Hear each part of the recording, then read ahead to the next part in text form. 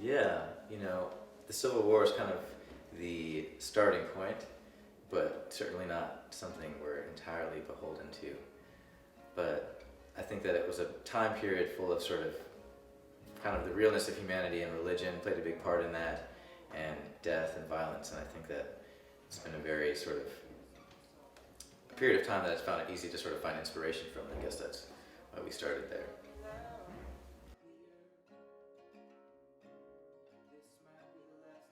I feel like that's always like the hardest question, always. Yeah.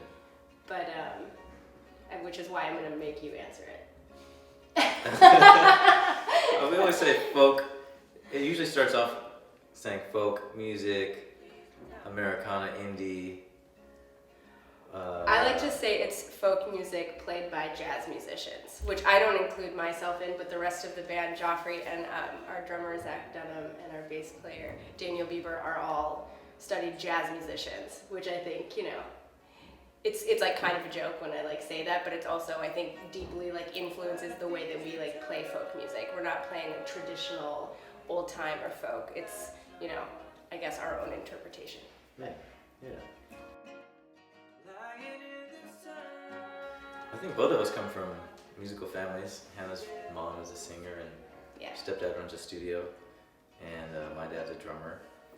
And so I think, I don't know, we grew up playing music. My dad always wanted to have a Jackson 5 of our own, except that I was the only one that stuck with music. But I don't know, I think we grew up with it. I'd never planned on being a musician. I don't think Hannah did either. We kind of tried to avoid it, but some things you just can't fight.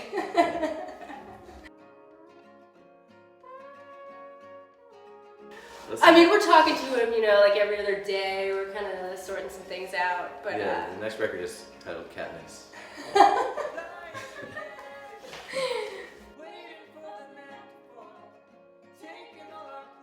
Well, exercise is always on there. I always fail. Yes. In that one. Joffrey's pretty good. 3 months out of the year, I'm a diligent exerciser.